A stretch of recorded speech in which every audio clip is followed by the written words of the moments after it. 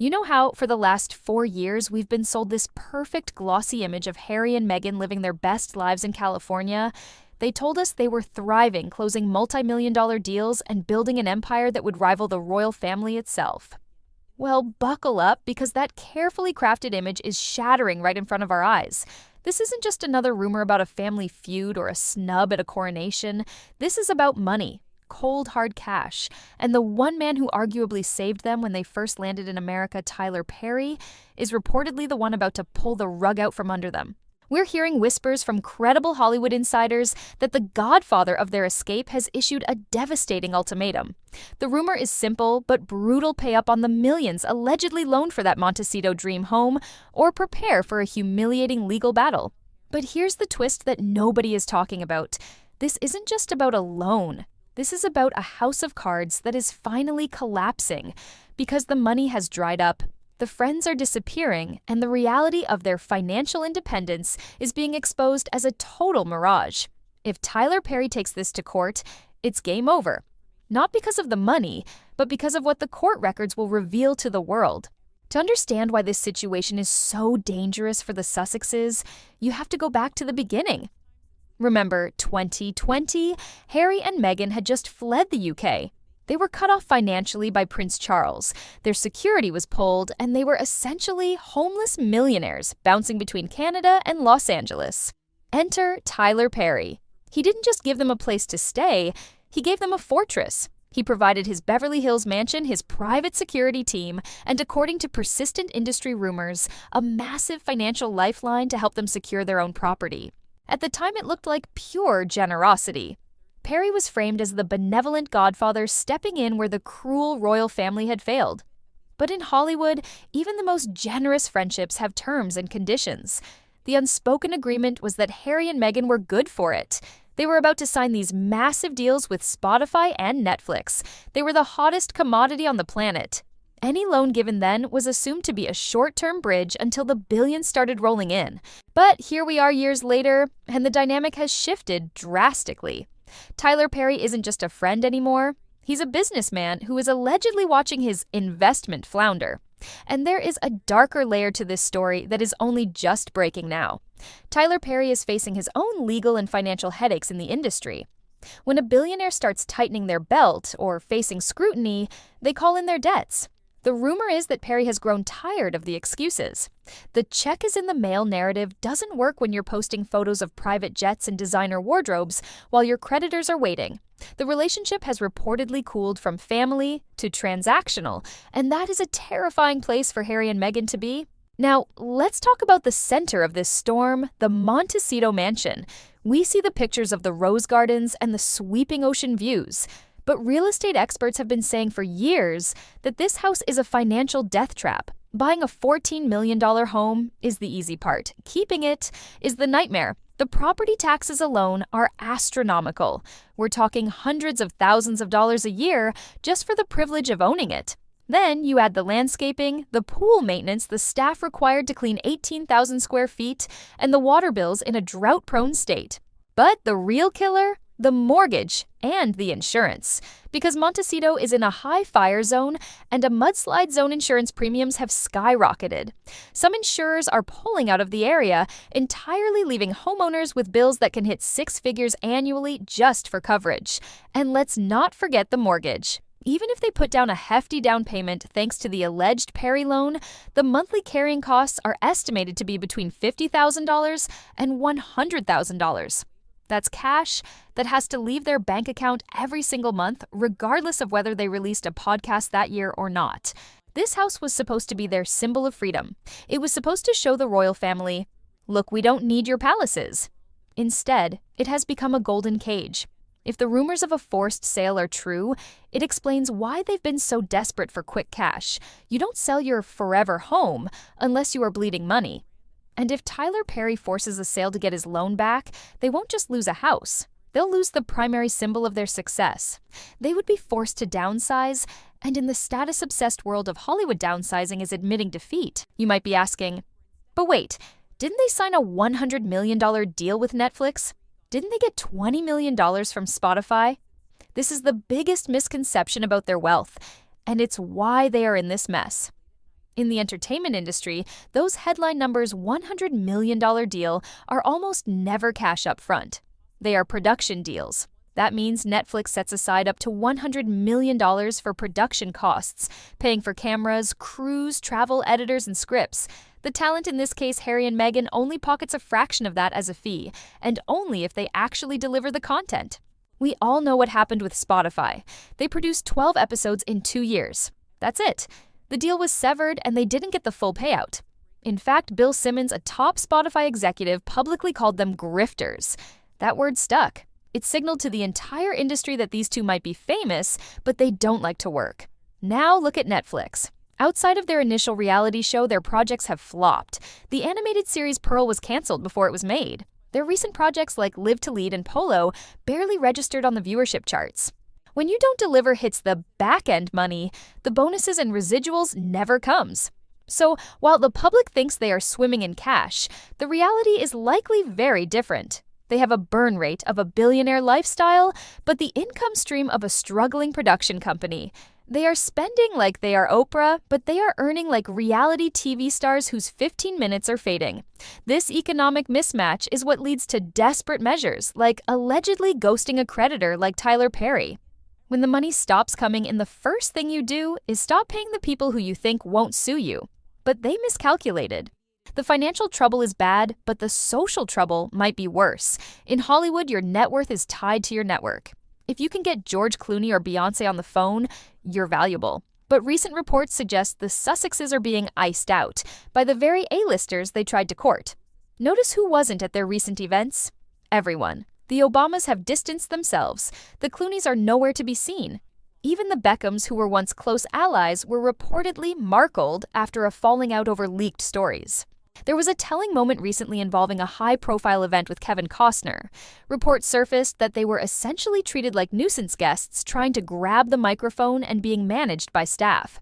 Then there was the rumor about Kris Jenner's party where photos of them were allegedly asked to be removed or were just never posted. Why is this happening? Because Hollywood hates users. There is a perception now that Harry and Meghan only show up when they need something, a photo op, a connection, or clout. They have become radioactive. Being seen with them doesn't boost your brand anymore. It risks dragging you into their drama. If you take a photo with Meghan, you might end up in a tabloid war or mentioned in a future tell-all book. A-listers value privacy above all else, and the Sussexes have made a career out of selling privacy. That makes them dangerous to be around, so the invitations stop coming. And when the invitations stop, the deals stop. It's a death spiral. Without the Hollywood ecosystem supporting them, they are just two people in a big house with no job and a lot of bills. If their personal finances are messy, their charitable foundation, Archewell, is arguably worse. This was supposed to be their global philanthropic legacy, bigger than the Royal Foundation. Instead, it has been plagued by staff turnover and administrative incompetence. In 2024, the news broke that the foundation was declared delinquent by the California Registry of Charities and Fundraisers for failing to submit required annual reports and fees. Sure, they fixed it eventually and called it a clerical error. A check got lost in the mail, they claimed. But let's be real, multi-million-dollar foundations run by competent professionals don't get declared delinquent. It screams chaos. It tells big donors that nobody is steering the ship. And speaking of the ship, the crew is abandoning it. In just 12 months, reports indicate that nearly 25 employees left the Sussex brand. That is a staggering turnover rate. Why are people leaving the club of survivors? Ex-employees of the Sussexes reportedly describe a toxic work environment. There are new reports resurfacing about the Dutch's difficult narrative, with staff claiming it's impossible to work for people who demand perfection but lack clear direction. When you can't keep a CEO or a CFO for more than a year, you can't raise money. Donors are smart. They aren't going to write $1 million check to a foundation that can't even file its paperwork on time. This means the foundation can't cover their travel and expenses the way it might have in the past. Another income stream, or at least a lifestyle subsidy, is drying up. In the past, whenever Harry got into trouble, the Bank of Pa, King Charles, was there to bail him out. Whether it was a PR scandal or a financial mishap, the palace always cleaned up the mess. That safety net is gone. Completely gone. The release of Spare was the final nail in the coffin. You cannot write a book attacking your stepmother, Queen Camilla, and your brother, and expect them to pay your mortgage a few years later. King Charles has reportedly adopted a gray rocking strategy, essentially ignoring them. There are no angry phone calls, just silence. And silence is free. William has supposedly washed his hands of his brother entirely. The inheritance, Harry might have expected the trust funds, the emergency bailouts, it's all frozen or inaccessible. They are truly on their own for the first time in their lives. This is why the Tyler Perry situation is so critical. In 2020, they still had the aura of royalty. People thought, well, the king won't let his son go bankrupt. Now everyone knows the king absolutely will let his son face the consequences of his actions. Lenders know there is no royal guarantor standing behind Harry anymore. That changes the risk profile. If Harry defaults, there is no one to call at Buckingham Palace. This reality check has spooked creditors, and it's likely why Perry is demanding his money now. He knows that if he waits too long, there might be nothing left to take. But the most terrifying aspect of a potential lawsuit with Tyler Perry isn't the debt itself.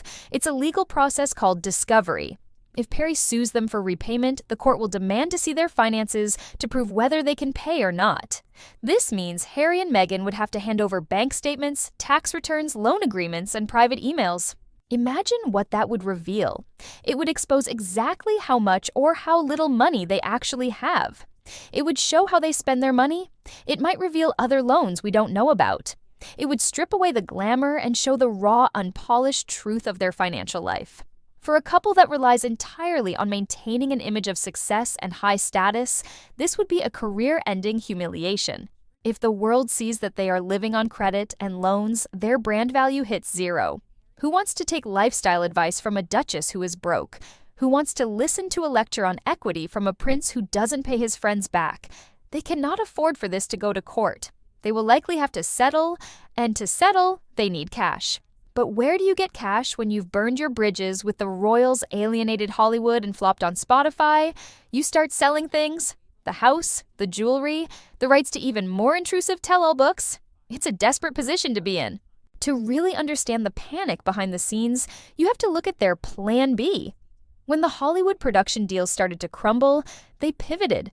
The plan was American Riviera Orchard Meghan's lifestyle brand that was supposed to rival Martha Stewart and Goop. This was the Hail Mary pass intended to generate the liquid cash they desperately need to pay off debts like the one to Tyler Perry.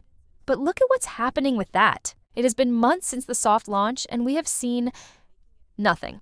No products on shelves. No CEO. The search for a chief executive has reportedly stalled because nobody wants the job. There are trademark issues with the name itself.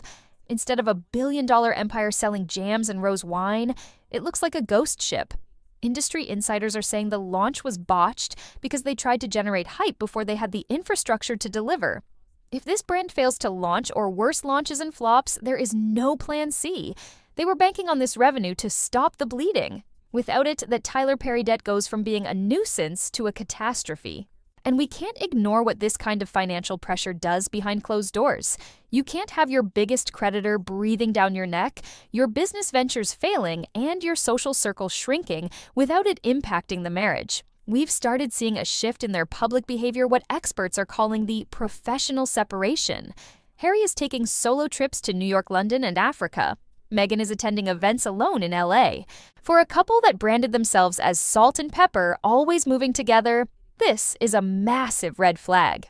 Financial stress is the #1 cause of divorce, and they are under more financial scrutiny than almost any couple on earth. Harry gave up his country, his military titles, and his family for this life.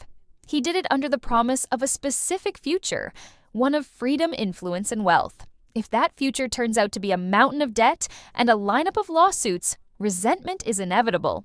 Tyler Perry wasn't just a lender, he was the godfather to their daughter. He was family.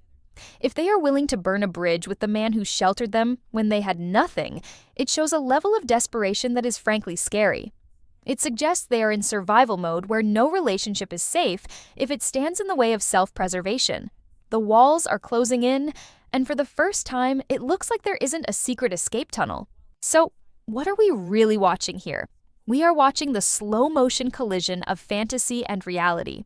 For years, Harry and Meghan tried to build a life based on the idea of who they were, global icons, humanitarians, power players. But you can't pay a mortgage with an idea. You can't pay for security with a title.